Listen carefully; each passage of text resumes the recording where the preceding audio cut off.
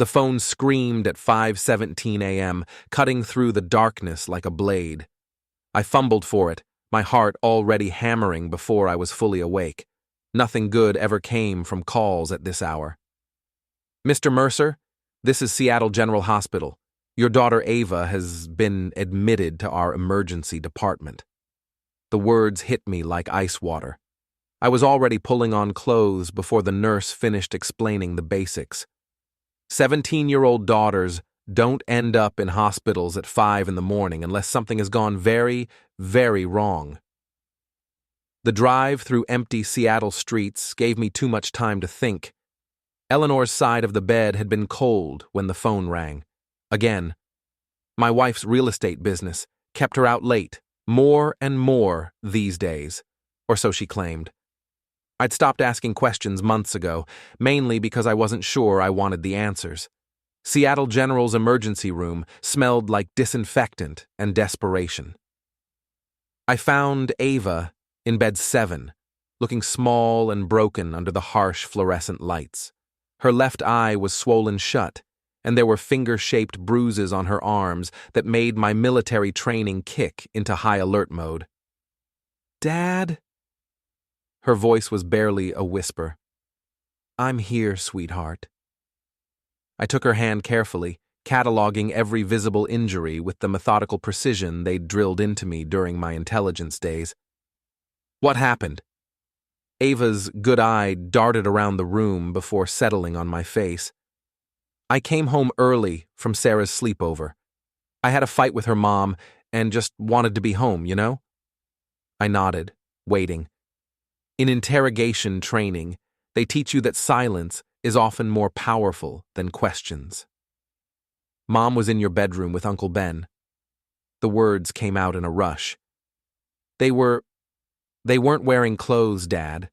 And when I yelled at them, when I told Uncle Ben he had to leave, his 2 friends grabbed me. Uncle Ben, Benjamin Stanton, Eleanor's business partner and my former friend.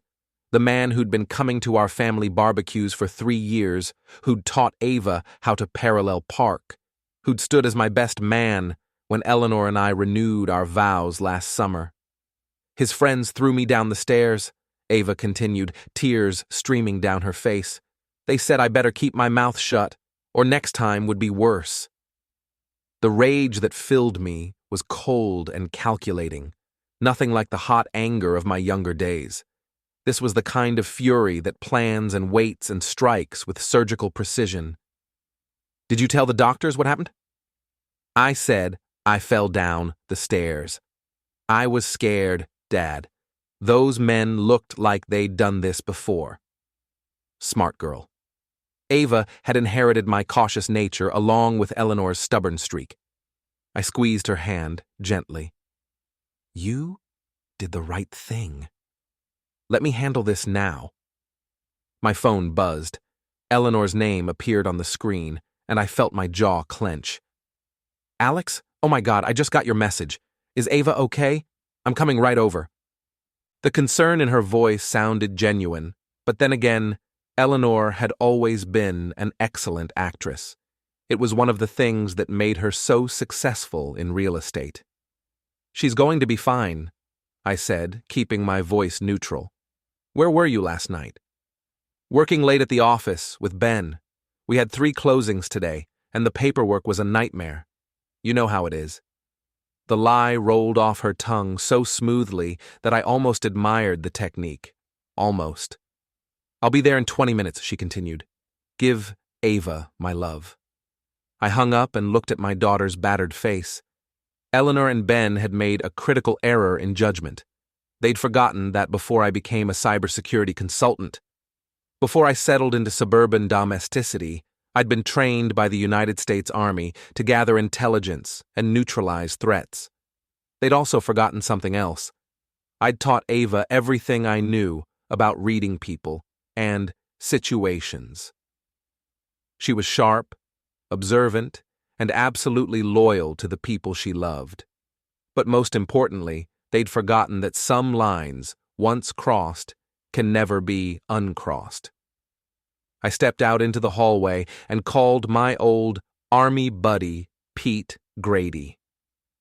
If I was going to handle this situation properly, I'd need help from someone I could trust completely. Sarge, it's Alex. I need a favor, and it's not the kind we talk about over the phone. Pete. Sarge. Grady ran an auto repair shop in Georgetown, the kind of place where cash was king and nobody asked too many questions about why you needed your license plate changed or your windows tinted darker than legal. He'd saved my life twice in Afghanistan, and I'd returned the favor once in a firefight outside Kandahar. That kind of bond doesn't fade with time. I found him under the hood of a 1987 Camaro, grease-stained coveralls and a Seahawks cap covering his graying hair.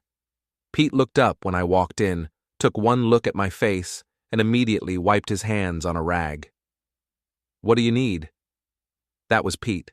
No small talk, no wasted words, just immediate, unquestioning support. I told him everything while he worked, my voice steady and clinical. Pete listened without interruption, occasionally nodding or grunting in acknowledgement. When I finished, he set down his wrench and fixed me with the same look he'd worn when planning night raids. "So your wife's cheating with your business partner, and his muscle threw your daughter down the stairs. That's the situation, and you want to handle this without involving the cops. Ava's scared. She won't testify against them, and without her testimony, it's just he said, she said. Ben's got money and connections. His guys will claim she fell, and that'll be the end of it." Pete nodded slowly. "What kind of help are we talking about?" "The kind where nobody gets permanently hurt, but lessons get learned." "I can work with that." He pulled out a burner phone and tossed it to me. "Untraceable. Use it for anything connected to this mess." When I got home, Eleanor was already there, playing the concerned mother role to perfection. She'd brought flowers for Ava and was making her favorite soup, humming softly while she cooked. If I hadn't known better, I would have bought the performance completely. "How is she?" Eleanor asked when she saw me. "Banged up but healing. The doctor wants to keep her overnight for observation." "Poor baby. I can't believe she fell down those stairs. We really need to fix that loose railing." The casual way she lied to my face was almost impressive. I made appropriate responses while studying her body language, looking for tells. Eleanor was good, but she had a few habits when she was being deceptive. She touched her earring with her left hand, and her smile was just a fraction too wide. "Where exactly were you last night?" I asked casually. "I told you, working late with Ben. We were at his office until almost 3 a.m. Touch the earring, flash the smile. "You can call him if you don't believe me." "Maybe I will." Something flickered in her eyes, just for a second. Fear? Anger? It was gone too quickly to analyze. My phone rang. Ben's name on the caller ID. "Alex, buddy. I just heard about Ava. Eleanor called me from the hospital. Is she going to be okay?" Ben's voice carried just the right mix of concern and friendship. He was good at this game, too. "She'll recover. Kids are resilient." "Thank God. Listen, if you need anything at all, just call me. You know I think of Ava like my own niece." The audacity was breathtaking. The man who'd ordered his thugs to throw my daughter down the stairs was now offering to help. "Actually, there is something," I said. "I'm thinking about upgrading our home security system. You know anyone reliable?" "Sure, I've got a guy. Very discreet, very professional. I'll text you his number." After he hung up, I sat in my study and opened my laptop. Time to put my cybersecurity skills to work. Ben's social media profiles painted the picture of a successful businessman living the high life. Expensive restaurants, luxury cars, weekend trips to Vancouver. His real estate company's website was professionally designed but poorly secured. It took me less than an hour to find a way into their client database. What I found there was interesting. Ben's company had been handling a lot of cash transactions lately, all for properties in the same neighborhood. The kind of pattern that suggested money laundering. I made copies of everything and stored them on an encrypted drive. Then I started working on phase 2 of my intelligence gathering. Eleanor kept her laptop in the kitchen, supposedly for looking up recipes, but actually for managing her real estate business. She wasn't particularly careful about cybersecurity, which made accessing her email and text messages embarrassingly easy. The affair had been going on for 8 months. The messages between Eleanor and Ben were explicit enough to make my stomach turn, but they also revealed something more useful. They were planning to leave Seattle together. Ben had been moving money offshore, and Eleanor had been quietly liquidating assets.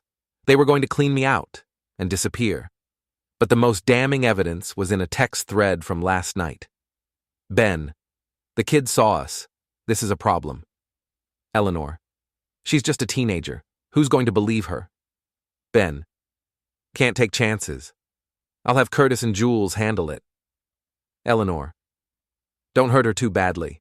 It needs to look accidental. Curtis and Jules. Those would be the 2 men who'd thrown my daughter down the stairs on Ben's orders, with Eleanor's knowledge and consent. I printed out the most incriminating messages and locked them in my safe. Then I called Detective Janelle Ruiz, an old friend from my Army Reserve days who now worked for Seattle PD. Alex, it's been ages. How are Eleanor and Ava? That's actually why I'm calling. I need some unofficial information about a man named Benjamin Stanton. There was a pause. What kind of information? The kind that might explain why he has 2 ex-cons on his payroll and why he's been making a lot of cash real estate deals lately. Another pause, longer this time. Meet me at Pike Place Market in an hour. Come alone. Pike Place Market was crowded even on a Tuesday afternoon, which made it perfect for the kind of conversation Janelle and I needed to have. We found a corner table at a coffee shop overlooking Elliott Bay, far enough from other customers to speak freely. Janelle looked good. 5 years in homicide had given her confidence and a wariness that reminded me of our military days. She studied my face with cop eyes before speaking. Benjamin Stanton is bad news, Alex. We've been watching him for 6 months. What's the story? His real estate company is a front for money laundering. He's washing cash for a Vancouver drug operation, using property sales to clean the money before it goes back across the border. She leaned forward. The 2 men on his payroll are Curtis Maloney and Jules Rivera. Both have records for assault and intimidation. The pieces were falling into place. Ben wasn't just cheating with my wife. He was using their affair to gain access to legitimate real estate connections and expand his criminal operation. How close are you to arresting him? Not close enough. He's careful, and he's got good lawyers. We need either a witness to flip or solid evidence of the money laundering. Janelle studied my face. Why are you asking about this, Alex? I told her about Ava, about the affair, about the messages I'd found. By the time I finished, Janelle's expression had hardened into something dangerous. Those bastards hurt Ava? Threw her down the stairs and threatened her to keep quiet. Bring me the evidence. I'll find a way to use it. Not yet. I want to handle this my way first. Janelle was quiet for a long moment. What are you planning? Nothing that will interfere with your investigation. But Ben and Eleanor crossed a line when they involved my daughter. They need to understand the consequences.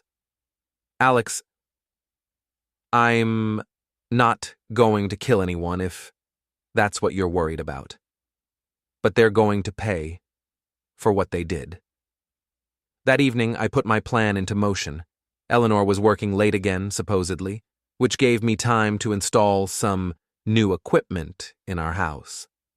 The security system Ben had recommended was actually perfect for my purposes once I made a few modifications. Cameras in every room, motion sensors, audio recording equipment, all of it feeding to a secure server that Eleanor and Ben didn't know about. If they wanted to use my home for their affair, they were going to provide me with all the evidence I needed. I also made some other preparations. Pete had provided me with a few items that weren't exactly legal, but weren't traceable either. A GPS tracker for Ben's car, a device that could clone cell phone signals, some other electronic toys that would come in handy later. The next morning, I drove to Ben's office building in downtown Seattle. Stanton and Associates occupied the entire 15th floor of a glass tower, all modern furniture and expensive art. The kind of place designed to impress clients and intimidate competitors. Ben's secretary was a young blonde who looked like she'd stepped out of a fashion magazine. She smiled brightly when I walked in. "Mr. Mercer, how nice to see you. Is Ben expecting you?" "No, but I was in the neighborhood and thought I'd stop by. Is he available?" "Let me check." She picked up the phone and spoke quietly. "He'll see you right away." Ben's office had a spectacular view of Puget Sound and the Olympic Mountains. He stood up from behind a massive mahogany desk, all smiles and false concern. "Alex, how's Ava doing? Eleanor told me she had a nasty fall." "She's healing. Kids bounce back quickly." "Thank God. You know how much she means to me." The hypocrisy was staggering, but I kept my expression neutral. "Actually, that's why I'm here. I wanted to thank you for the security system recommendation.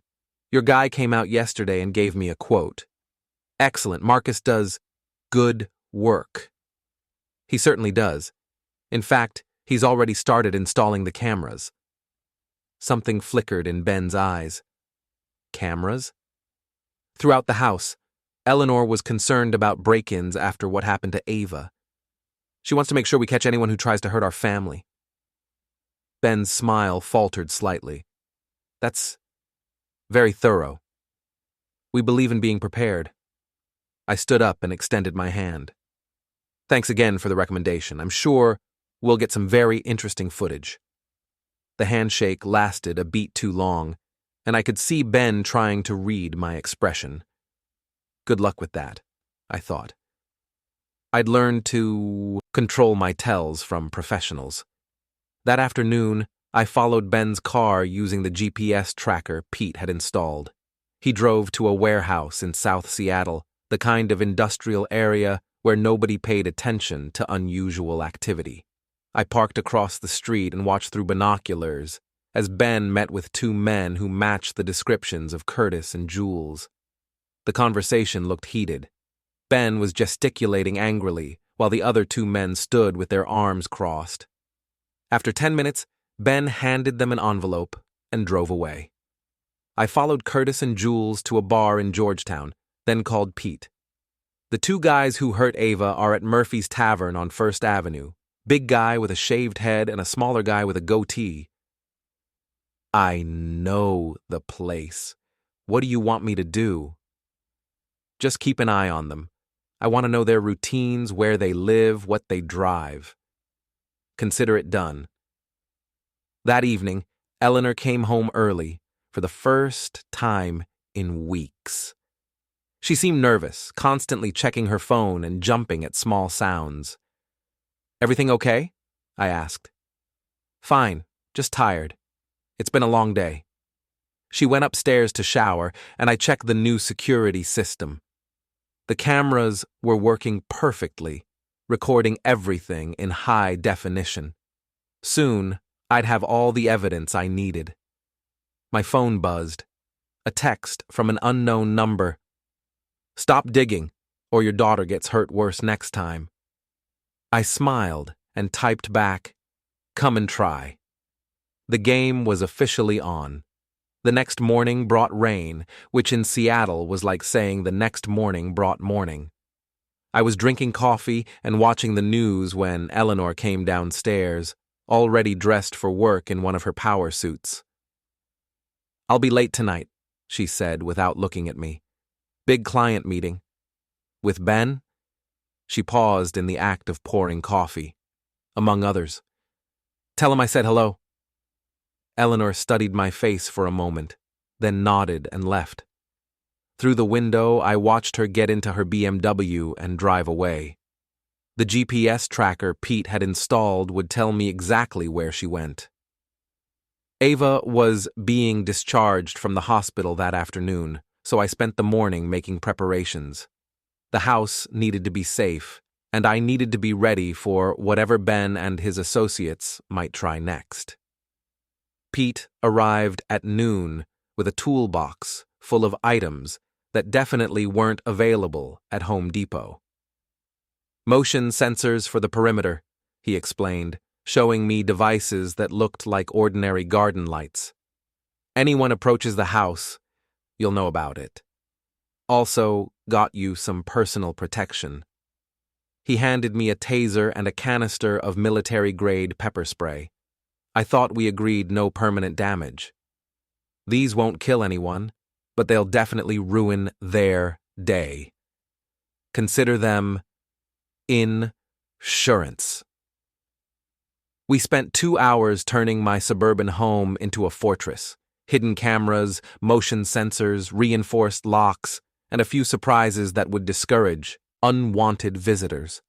By the time we finished, I felt confident that no one would be throwing my daughter down any more stairs. I picked up Ava at 3 o'clock. She looked better. The swelling around her eye had gone down, and she was moving without wincing. But there was something different in her expression, a hardness that hadn't been there before. "How are you feeling, sweetheart?" "Angry," she said simply. "Mom came to see me this morning. She kept asking what I remembered about that night, like she was hoping I'd forgotten or something." Smart girl. Eleanor was trying to gauge how much Ava knew and whether she'd be willing to testify if it came to that. "What did you tell her?" "That I remembered everything. Every detail." Ava looked at me with eyes that were older than her 17 years. "Dad, I know Mom's cheating with Uncle Ben, and I know those men who hurt me work for him." I pulled into our driveway and turned off the engine. "What do you want to do about it?"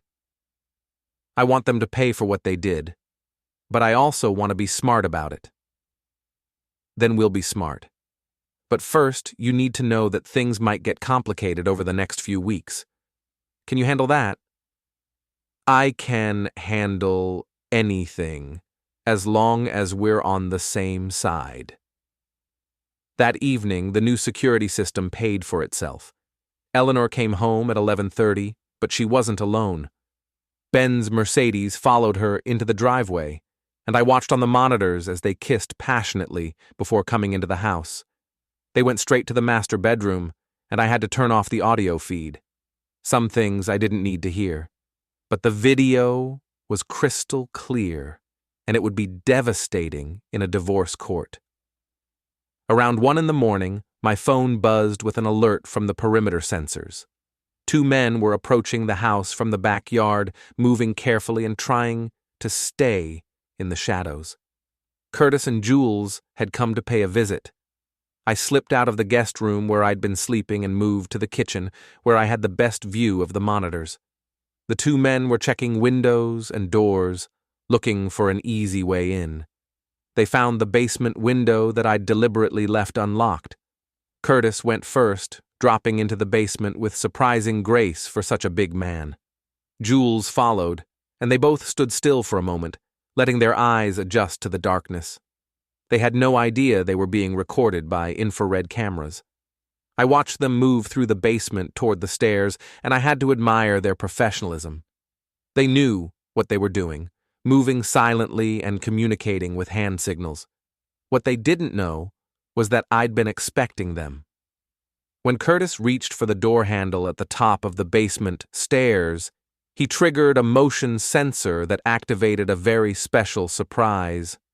The handle was wired to deliver a powerful but non-lethal electrical shock, courtesy of Pete's modifications.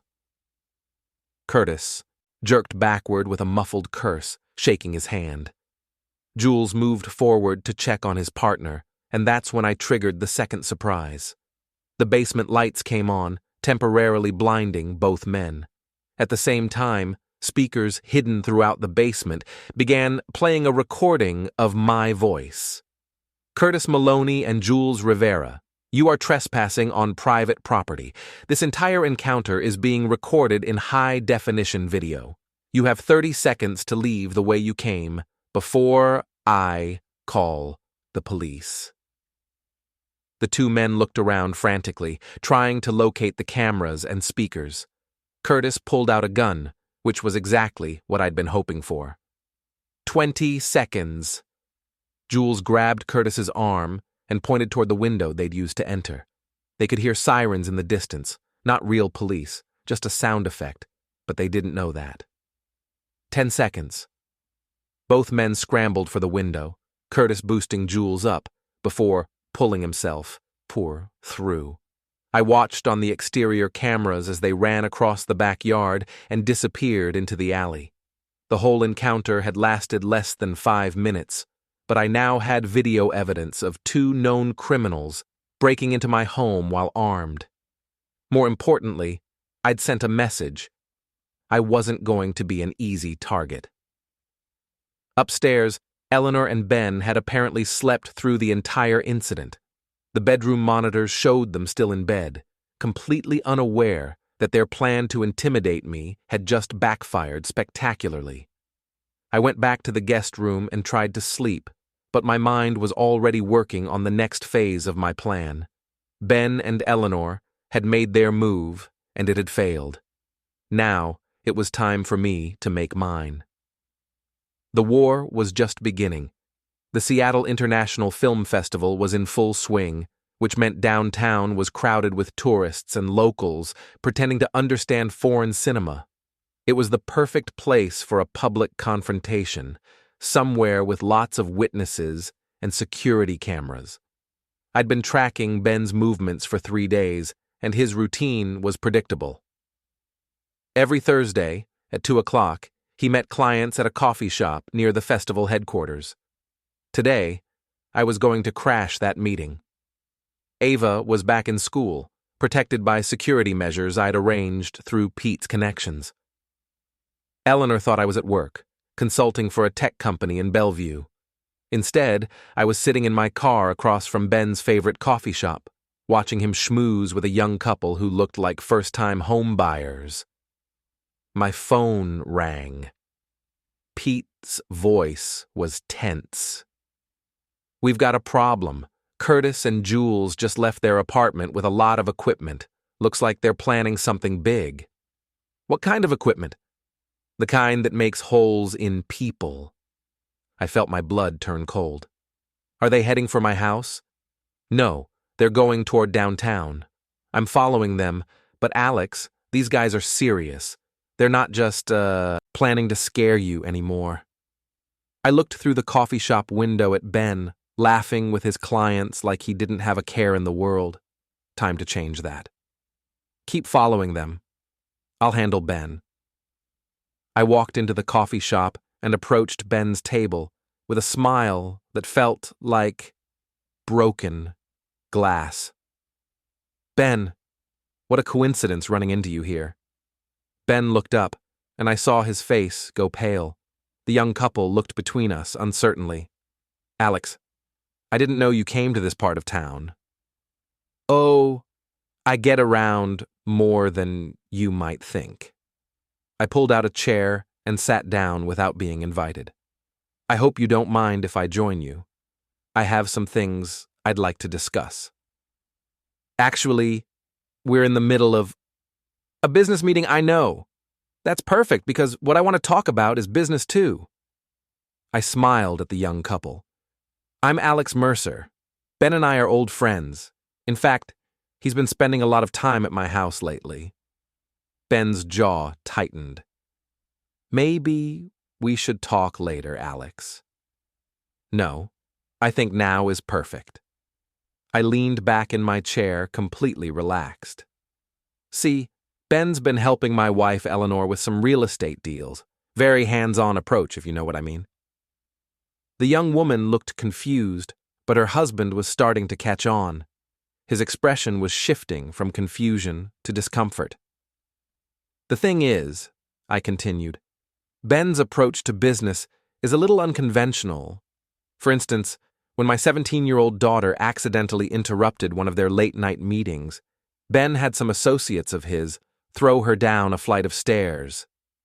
Alex, that's enough. Ben's voice was low and dangerous. Is it? Because I don't think it is.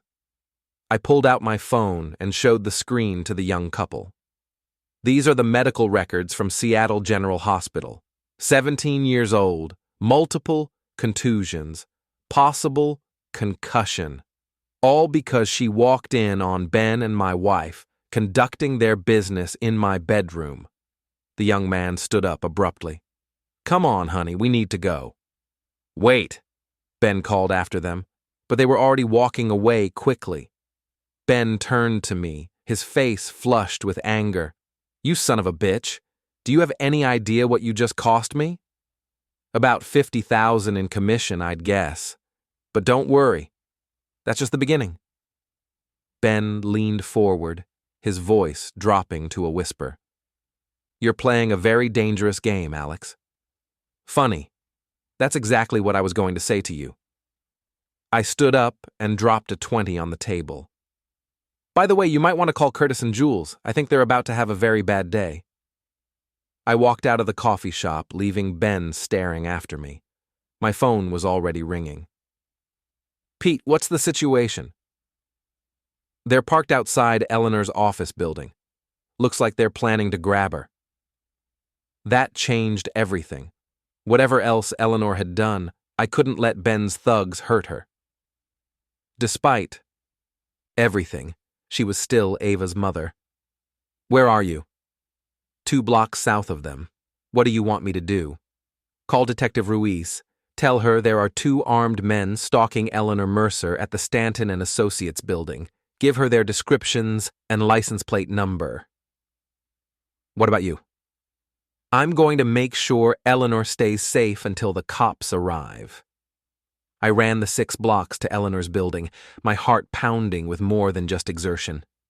Curtis and Jules were parked in a black SUV across the street, watching the entrance. They hadn't seen me yet. I called Eleanor's cell phone. Alex, what's wrong? You sound out of breath. Listen carefully. There are 2 dangerous men watching your building. I need you to stay inside and call building security. What are you talking about? Curtis and Jules, Ben's associates, the ones who hurt Ava. They're here and they're armed. There was a long pause. How do you know about Curtis and Jules? The same way I know about the money laundering, the offshore accounts, and your plan to disappear with Ben next month. Another pause, longer this time. Alex, I can explain. No explanations, just stay inside until the police arrive. I hung up and moved closer to the SUV.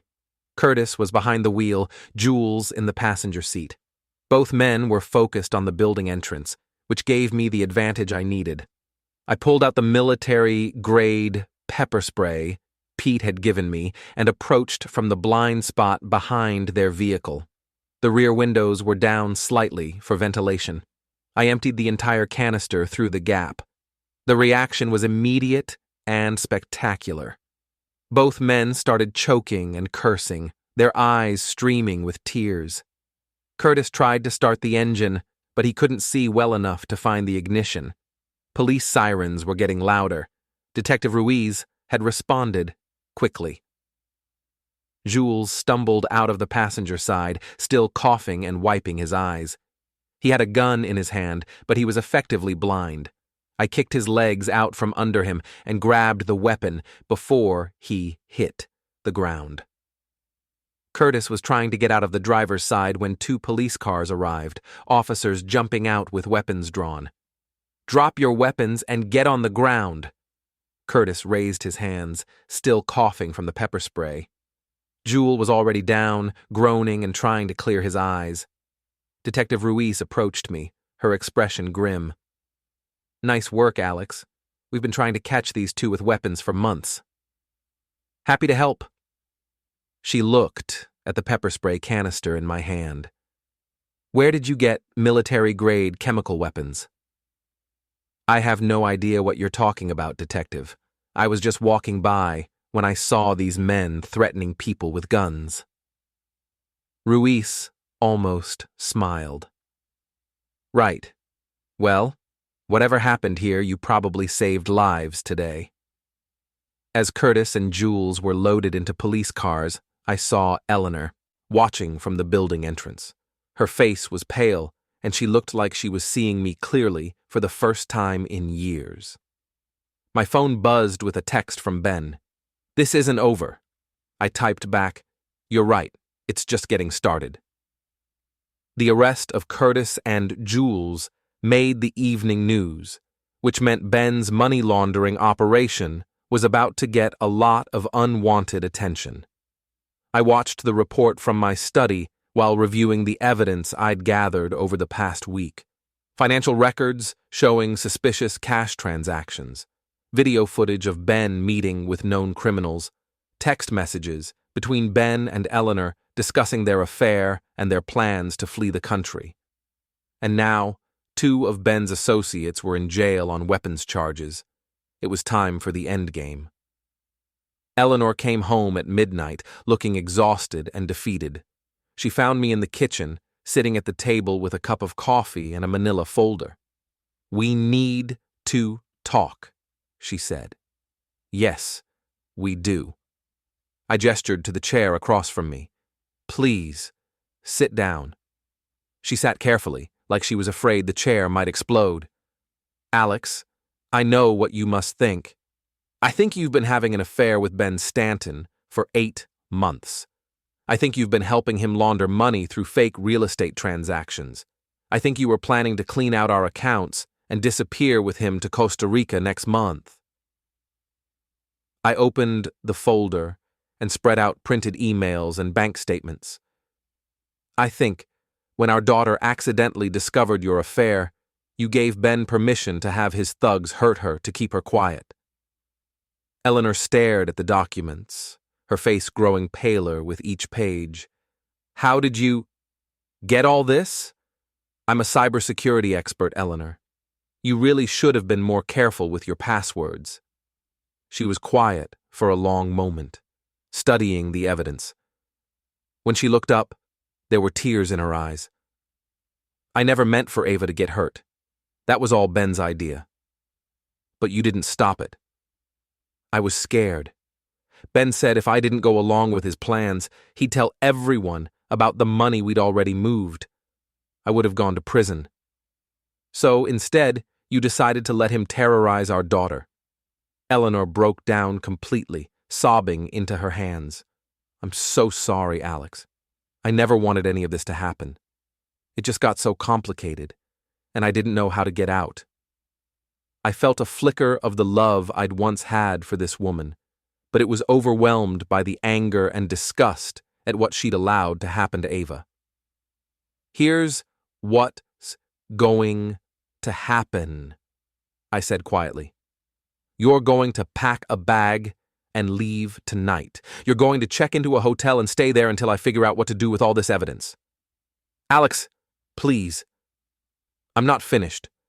You're going to sign divorce papers giving me full custody of Ava and half of everything we own. You're going to cooperate fully with the police investigation into Ben's money laundering operation. And you're going to pray that I don't decide to turn over the evidence of your involvement to Detective Ruiz." Eleanor wiped her eyes and looked at me with something like hope. "And if I do all that? Then maybe you'll get to have some kind of relationship with your daughter when she's ready. But that's up to Ava, not me." She nodded slowly. "What about Ben?" "Ben is my problem now." Eleanor went upstairs to pack, and I called Pete. "It's time for the final phase. Is everything ready?" Ready and waiting. You sure about this? He hurt my daughter, Pete. He needs to understand the consequences. Understood. I'll see you at the location in 2 hours. Ben owned a cabin on Lake Chelan, about 3 hours east of Seattle. According to his social media posts, he went there every Friday night to unwind and reconnect with nature. What he actually did was meet with his Vancouver contacts to coordinate money transfers. Pete and I arrived at the lake just after sunset. The cabin was isolated, surrounded by pine trees and accessible only by a narrow dirt road. Perfect for what I had in mind. Remember, I told Pete as we approached the cabin, no permanent damage. This is about sending a message, not committing murder. Got it. Scare him straight, don't put him in the ground. We could see lights in the cabin and hear voices through the windows. Ben was meeting with 2 men I didn't recognize, probably his Canadian connections. They were sitting around a table covered with laptops and stacks of cash. I used the electronic lockpicker Pete had provided to get us inside through the Akin.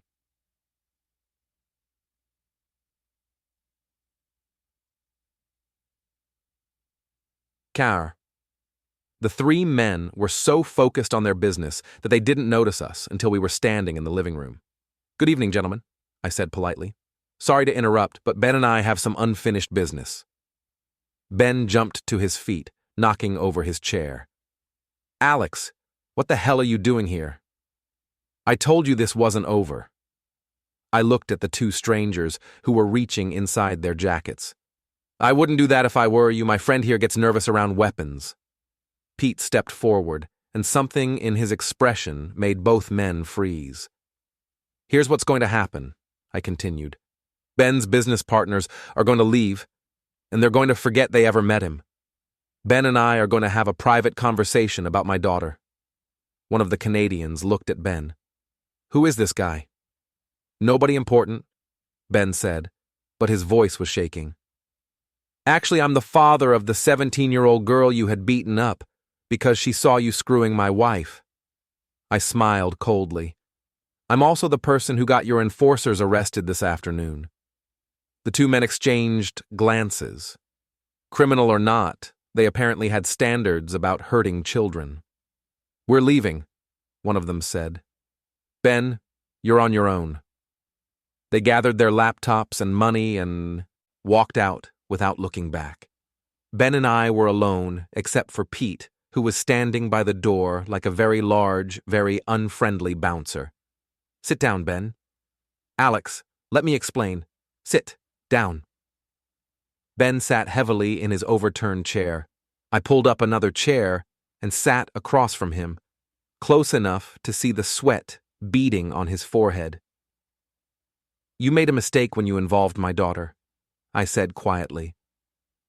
Everything else, the affair, the money laundering, even the threats against me, that was just business. But Ava is family. I never wanted her to get hurt. Curtis and Jules got carried away. You gave the order. Eleanor told me everything. Ben's face went white. She wouldn't. She did. She's cooperating with the police investigation now. Curtis and Jules are already in custody, and they're looking at serious prison time. How long do you think it'll take them to make a deal and give up your entire operation? Ben slumped in his chair like a deflated balloon. What do you want? I want you to understand something very clearly. If you ever come near my family again, if you so much as drive down my street or call my house, I will destroy you completely. The evidence I have on your money laundering operation will go straight to the FBI. The video footage of you and Eleanor will be posted on every social media platform I can find. Your business, your reputation, your freedom, all of it will disappear. I leaned forward until our faces were inches apart. But if you leave Seattle tonight and never come back, if you disappear from our lives completely, then maybe I'll be satisfied with just ruining your local operation. Maybe I'll let you start over somewhere else, assuming the Canadians don't kill you first for bringing them all this attention. Ben was shaking now. You can't just... I already have. I stood up and nodded to Pete. We're leaving now. You have until sunrise to be gone from Seattle. After that, all bets are off. We walked out of the cabin and got in Pete's truck. As we drove away, I could see Ben through the window, still sitting in his chair like a broken man. Think he'll actually leave? Pete asked. He's not stupid, just greedy. He knows I have enough evidence to put him away for 20 years. My phone buzzed with a text message from Ava. Mom came by to say goodbye. She's moving to Portland. Are you okay, Dad? I typed back, I'm fine, sweetheart. Everything's going to be fine now. And for the first time in months, I actually believed it. 3 days later, Detective Ruiz called to tell me that Ben's real estate office had been raided by federal agents. They'd found evidence of a massive money laundering operation, but Ben himself had disappeared. His car had been found abandoned at SeaTac Airport, but there was no record of him boarding any flights. Eleanor filed for divorce from Portland and signed all the papers I'd requested. She sent a letter to Ava, apologizing for everything and asking for a chance to rebuild their relationship someday. Curtis and Jules were sentenced to 5 years each for armed assault and weapons charges. Without Ben around to pay for expensive lawyers, they'd taken plea deals and were already serving their time. As for me, I went back to my consulting work and focused on being a single father. Ava and I grew closer than we'd ever been, bonded by what we'd survived together. Sometimes I wondered if I'd gone too far, if there had been a better way to handle the situation. But then I'd remember the sight of my daughter in that hospital bed, and I knew I'd done exactly what needed to be done. Some lines, once crossed, can never be uncrossed. Ben and Eleanor had learned that lesson the hard way, and I'd learned something too. I was capable of more than I'd ever imagined when it came to protecting the people I loved. 6 months later, I got a postcard from somewhere in South America. No message, just a picture of a beach. The postmark was smudged, but I thought I could make out part of Ben's handwriting. I threw it in the trash without showing it to Ava. Some chapters of life are better left closed.